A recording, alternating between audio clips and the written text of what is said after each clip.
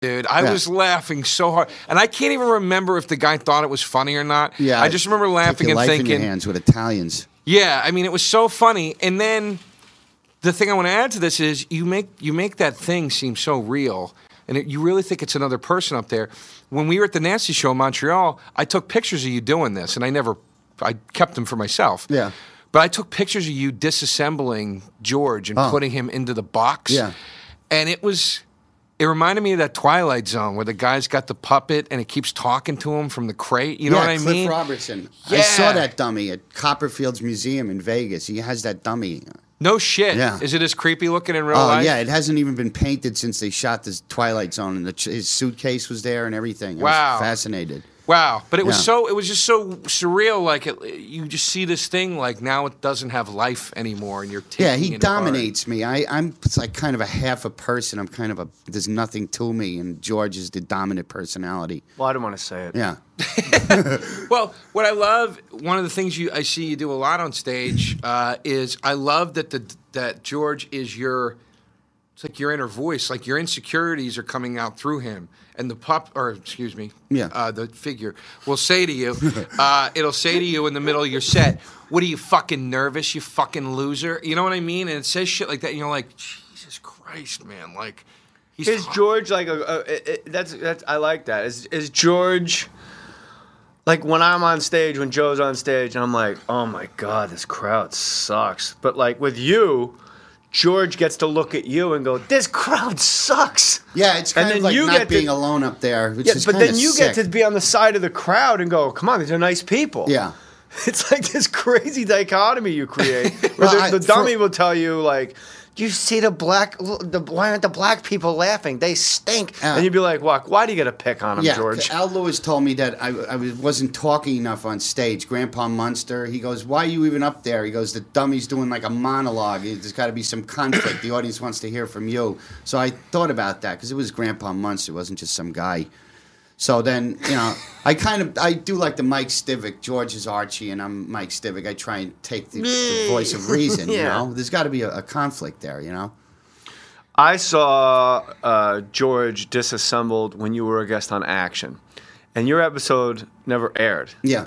And you warned me about that. I remember you told me up front. And for years, you and I had pseudo-communication, because it was before you could just text and stuff. And I felt so bad because you would ask me for the tapes. Yeah. And I had I wasn't a producer. Right. I was like a hired actor on a show. Jim Valley was producing, yeah. And then I think on your end, it was, well, why can't Jay just get me these tapes? And on my end, I'm like, I don't have the tapes. Yeah, I would like them for myself because I thought I was pretty good. I got to spend a day with Buddy Hackett, which was awesome. I got some great photos and got to ask him about Mad Mad World. That was enough. But I didn't realize when a show ends, everything is dismantled and people go their own way. It's not like that. There's no rear view mirror stuff sitting there, you know. And what's weird is when I saw the dummy or the figure, you had like a trailer and it said Otto and George, and then he almost looked when he was disassembled. There's a lot of I guess padding or wraps and stuff, and he almost was dressed like a jockey. Yeah. There was I have this weird memory. Maybe I'm wrong, and I created this in my head, but there was like red and green tape or some kind of wrap, and he got disassembled. And Joe's right. It is a little alarming because I've laughed so hard at the two of you together to just see him as an inanimate object. It's like, oh, no.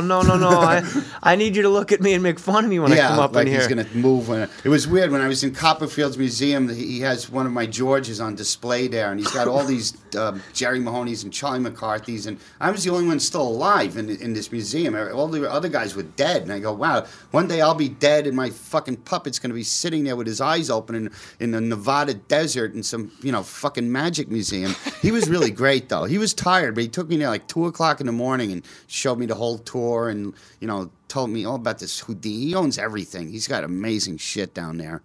We've had a lot of stars on Action. We had a lot of stars. Wait, it was Sandra Bullock, Tony Hawk, Keanu Reeves was in the pilot. There was a lot of massive stars, A+ stars.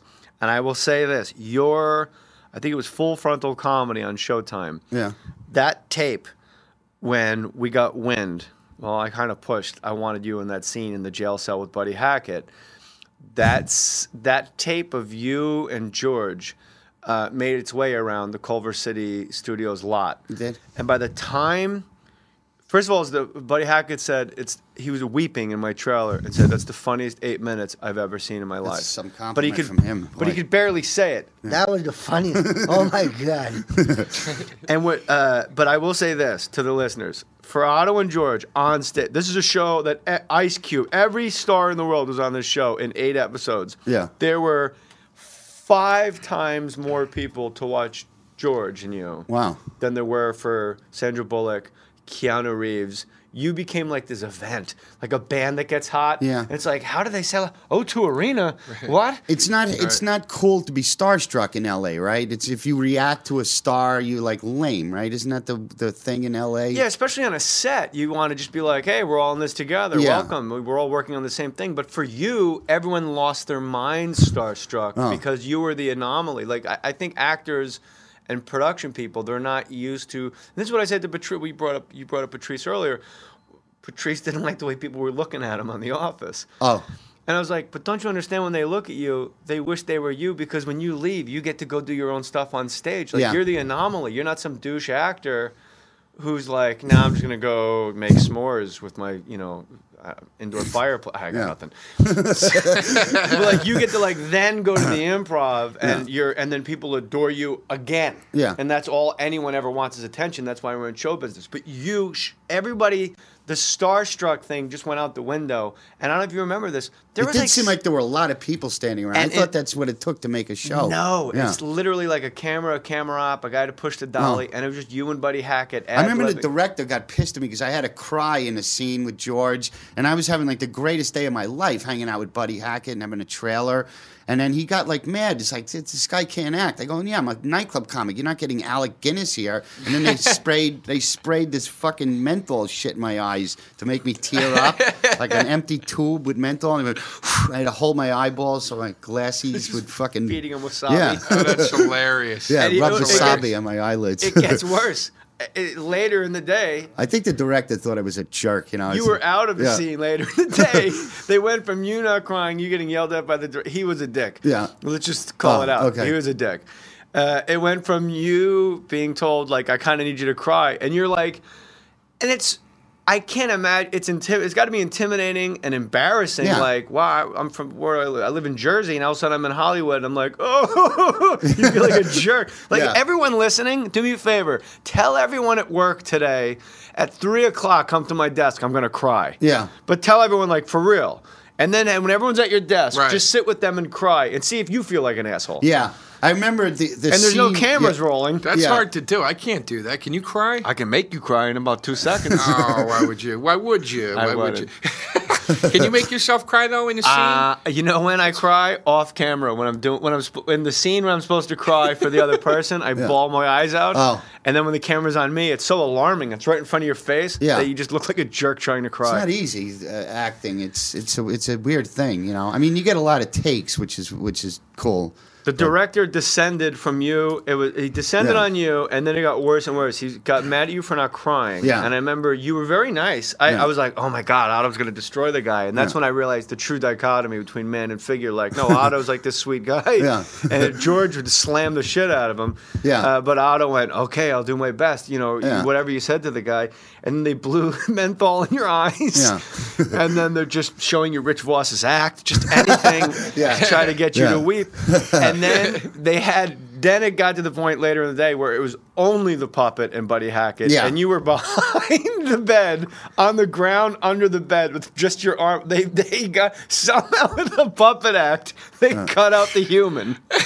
Yeah, but you can't work the puppet without the human. So poor Otto is laying under a jail cell bed, and they got like a blanket down so you don't see his feet, and his arm is against the wall working George. So it degenerates. It's ridiculous. What was the scene now? Buddy Hackett fills a fake prescription for me. He goes, I got to get my hot medicine, P. I got to rid me of my hot.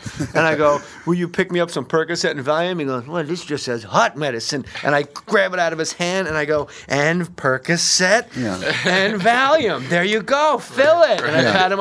And then he goes to fill it. And then cut to, he's in jail. and he's sitting next to George. But all day it's Otto and George. Right. You know? Right. And then I'm Otto... a drunk that's sleeping in the cell, and George is like a separate guy arrested for it. That's right. They made you just asleep. Oh, yeah, you're right. Yeah. I oversold it. Yeah. They just made you a passed out drunk next to the dummy and quickly sort of like made the camera like, here's everyone that's in the holding tank, and now we're just going to focus on these two over here. Like it's not a ventriloquist act. So it's even, I guess it's the highest compliment of how much. I remember the scene ends with George hanging from Buddy Hackett's belt, and I go, why did you do this to George? And he goes, I go, who else in this cell who has a size 64 waist? And Buddy Hackett goes, could we change that to 44 waist? I feel fat when you say that. I remember that. I remember the dummy hung himself. Yeah. Yeah, so it's just Otto is asleep on the prison bed. I thought you were under it, like they hid you entirely. Yeah. That didn't happen. No, I remember I shaved for the shoot, and then they put a beard on me because I was supposed to be in jail overnight. So they put a beard on me with this thing. Yeah, like all of a sudden you're just this hirsute guy that you're like the wolf man. It was so a nice funny. set though. That jail looked real. It was cool. They did a good job. Yeah. So he's asleep and the puppet's working by himself, and it never aired. Yeah, and we got to figure out a way. Like if you're on Twitter. At Otto and George, at Jay Mohr. I don't know if you get in touch with Fox. Were you pretty close to Buddy Hackett, or He was like a father to me. He was, yeah. Yeah, That's great. You know what it is? I met him after I knew everything. Yeah. It's like a kung fu story. Right. Like I'm a black belt, and then I meet the master, and he's like, "When do you take that black belt off and start over?" And he just taught me like, Why do you go to the microphone when you go to stay on stage? Oh. and I go, "Because that's where everybody goes." Right. Don't be like everybody. Walk in front of the mic, say hi to a guy in the first row, look in the back and wave. You can't see nobody. They don't know that. Oh. They're like, oh my God, he's waving to us now, you know? And then there's a balcony, you point to one guy because he paid for parking. You know, he had a rough day. Wow. You know, and then you go behind the microphone and they all come behind the microphone with you, JJ. Oh. Then you're all together. I've never walked behind a mic since. Wow. But it is kind of weird at like governors in Levittown to walk in front of the mic Yeah, 2-inch with stage. your crotch right in front of some Guido in the front row. He told me that the Music Man was physically the hardest, because I was asking him about, I wouldn't leave him alone about Mad Mad World. I just kept fucking obsessing over that one movie. And then he said Music Man was the hardest thing to film. He had to march down the street and, you know, California heat and fucking fat and all. But That was written by Meredith Wilson. And it was hard for me, Otto, because I got a 64-inch waist. Yeah. But in the further discussion, we'll say 44. And I said, tell me something about Mad Mad World that nobody else knows. And he said Mickey Rooney had lost a wife in an OJ type situation. One of his wives got murdered by like a tennis instructor, killed his ex-wife or something. And he goes, Mickey Rooney came over to his house and said, I want to get drunk. And he wasn't a drinker. So he goes, all right. And he goes, I can't do them as well as you, Jay. And he goes, what are you drinking? He goes, I'll have a Bailey's. And Buddy, I goes, well, I'm going to drink scotch. I'll get drunk and you'll get diabetes. I saw Mickey Rooney at Hackett's funeral, okay? This is one of the most surreal moments of my life. Hackett's funeral, I think it was Forest Lawn, I don't remember what it was, doesn't matter. Yeah. Mickey Rooney comes in with like I think he's got like his wife / nurse. Oh. Like it's this young shiksa he's rolling with now, Right. you know?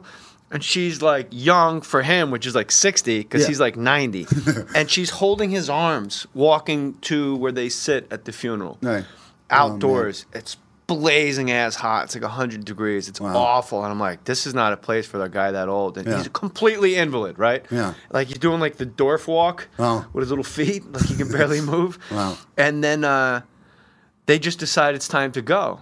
And halfway through the funeral, they stand up, Mickey Rooney and his like handler woman, and he like kind of brushes her off, like get the hell away from me, like it like kind of mean. Yeah. And then you saw like the evolution of man, like a little crippled old man walk towards the casket, and as he came down the aisle, he got super straight up, like at attention almost. Wow. And the last like 20 feet, he walked like a fucking man, Well, completely with it. And he walked right up to the casket and went, mwah, and blew it a kiss and a big salute like he was in the army. And the girl walked towards him and he waved her off like, get the hell away from me. And he walked down the steps by himself like he was 30 years old. Wow. And then when they got to the car, he just went, beep, back. Jeez. But he knew like the greatest showbiz moment of his life at